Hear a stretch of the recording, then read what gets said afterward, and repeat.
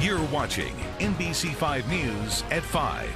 Thanks for joining us at 5 o'clock. I'm Meredith Land. We begin with breaking news in Arlington. Reports of a shooting at Bowie High School. This is on High Bank Drive. Texas Sky Ranger is live at the scene. A lot of anxious parents around there today. We've learned one person was taken to the hospital, and we have live team coverage starting with Keenan Willard.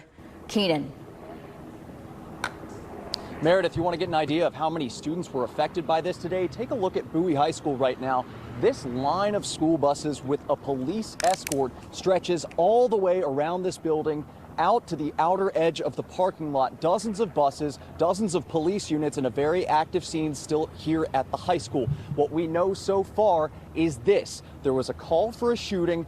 Arlington police say this was an on-campus shooting here at Bowie High School that took place outside of one of the on-campus buildings. One person was hospitalized as a result of this incident, and we obtained this video from a parent of a student here at the high school that could be difficult to watch.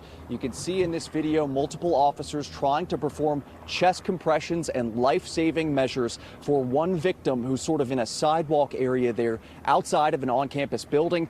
We got messages from one teacher who said their entire classroom of students watched this really dramatic scene play out right outside their window. The lockdown was quickly enacted afterwards, and students were sheltering in place for upwards of an hour, leading nervous parents to come out and stand on the sidewalk here at the perimeter. They were pushed back by Arlington PD before they really had any information about what was happening here, wondering when they were going to be able to see their children. At this point, we're still pushing for more information from investigators about what exactly led up to this shooting. Were students involved? Was that victim you saw on the video a Bowie High School student? Was the suspected shooter a student? Really, what led up to this?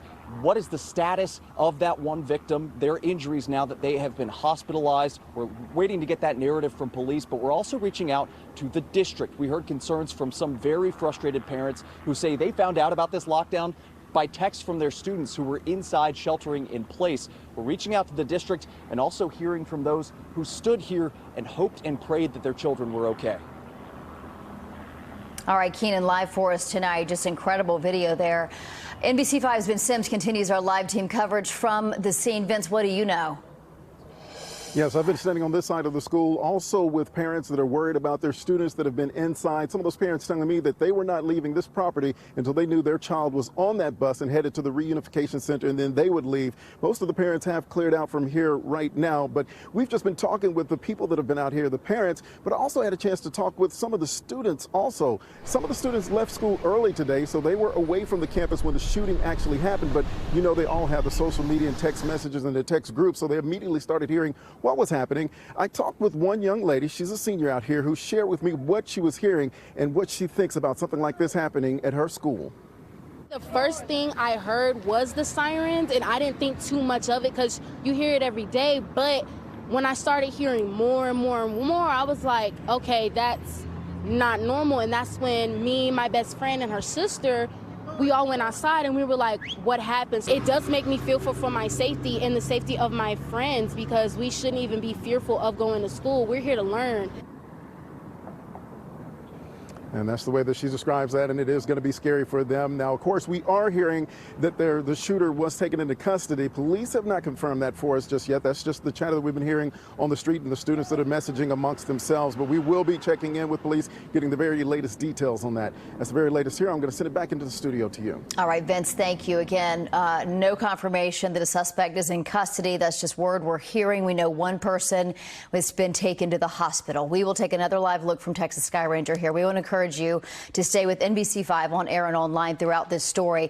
I do want to get to Candace Sweat because she's been talking to parents waiting to reunite with students. There are several locations there. Candace, where are you? What do you know?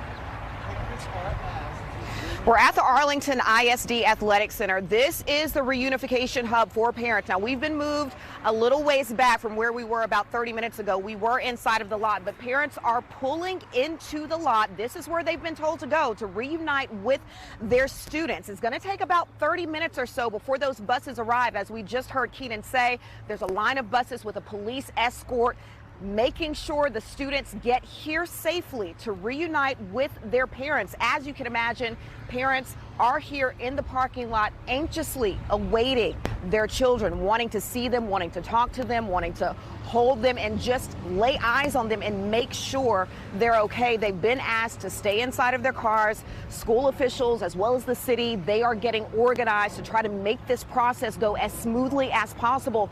Now, about 30 minutes ago, we spoke to a parent, and he says the wait feels long.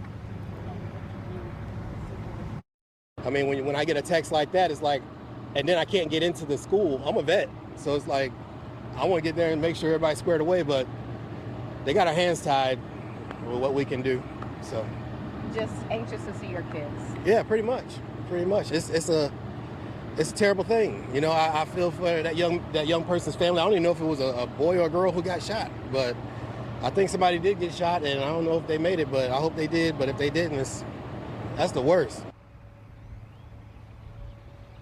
Yeah, and that's just the bottom line. Parents are anxious. They want to see their children. Thankfully, a lot of kids have cell phones these days, so they've been able to stay in touch with their parents, let them know that they are okay. There is procedure and protocol here, and I can say that it is going relatively smoothly. We've been having conversations, though, just off to the side as parents are starting to get their bearings and calm down, just knowing that their students are okay. But the aftermath of this, a lot of parents are saying, I've got to go home and talk to my child about this and talk to them about the trauma of what happened today. But first things first, they've got to get the students here, and parents want to see them and get that reunification. Back to you. All right, just some excruciating moments for parents, as you said, Candace.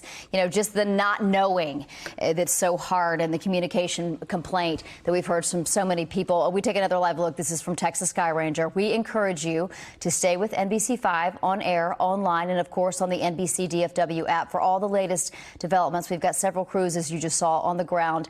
Our live team coverage continues ahead on the news at 6.